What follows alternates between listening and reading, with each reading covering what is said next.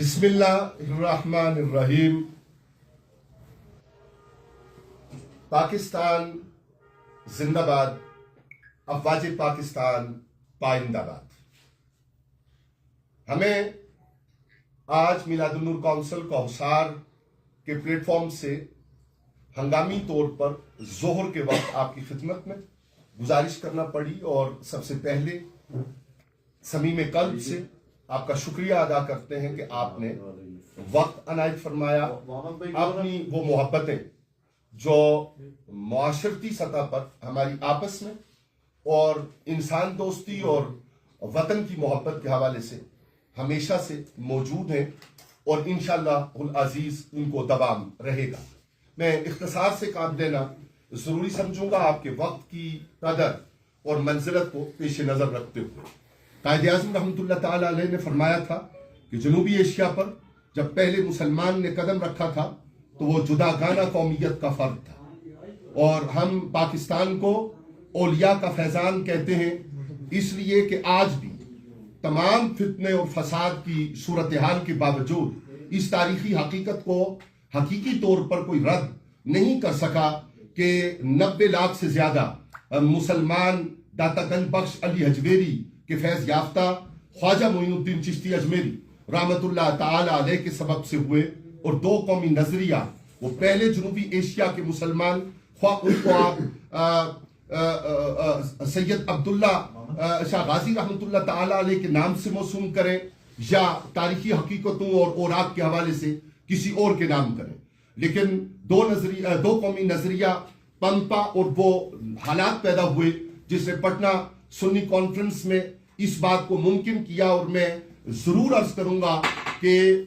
محدث علی پوری شریف پیر جماعت علی شاہ صاحب رحمت اللہ تعالی علیہ کی آشیرواد کی بنیاد پر قائد اعظم رحمت اللہ تعالی علیہ نے ہمارے اوپر یہ احسان کیا کہ ہمیں وطن عزیز عطا ہوا۔ کشمیر کی صورتحال، جنرل گریسی کا انکار، یہاں کے قبائل کی طرف سے اس جہاد میں شرکت، اور اس کی بنیاد پر جو اس وقت کنٹرول لائن کی پوزیشن ہے وہ آپ سے اور قوم سے اوجل نہیں ہے۔ پاکستان ایک ایسی سرزمین ہے کہ جو اسلام اور اسلام کے نظریے کے لیے ایک انتہائی اہمیت کی حامل ہے، اور مدینہ طیبہ کے بعد اگر کوئی نظریاتی مملکت جو کلمہ طیبہ لا الہ الا اللہ محمد رسول اللہ کی بنیاد پر معرض وجود میں آئی تو وہ وطن عزیز اسلامی جمہوریہ پاکستان ہے۔ آپ جانتے ہیں کہ آئین پاکستان سر بلند ہے، اور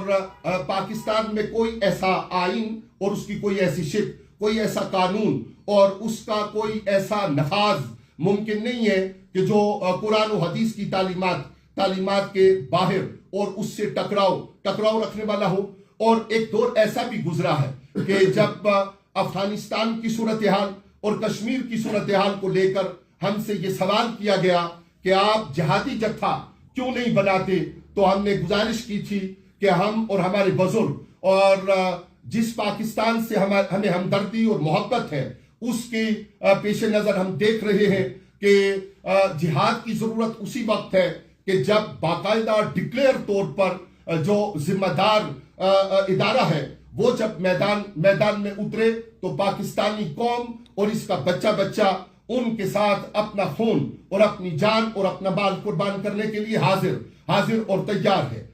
لیکن وقت کے بدلتے حالات نے جو آج صورتحال اسلامی جمہوریہ پاکستان کے پورے ارد گرد کی، افغانستان کی، انڈیا کی، اور پھر کہیے کہ انڈیا اسرائیل گٹھ جوڑ کی، اور میں کیوں نہ آپ کو یاد کرواؤں کہ جو سندور کے نام سے بات کی گئی اور اس پر بنیان مرصوص کے حوالے سے جس طرح پاکستانی قوم کا سر بلند ہوا، اور اسلامی جمہوریہ پاکستان اور دو قومی نظریہ کی طرف ہم جو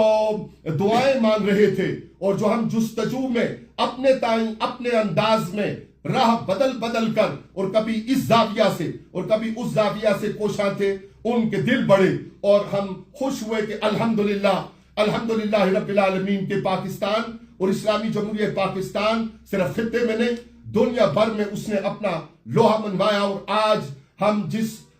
سربلندی کے ساتھ، افتخار کے ساتھ، عزت کے ساتھ، احترام کے ساتھ دنیا بھر میں بحیثیت پاکستانی قوم جانے جاتے ہیں، وہ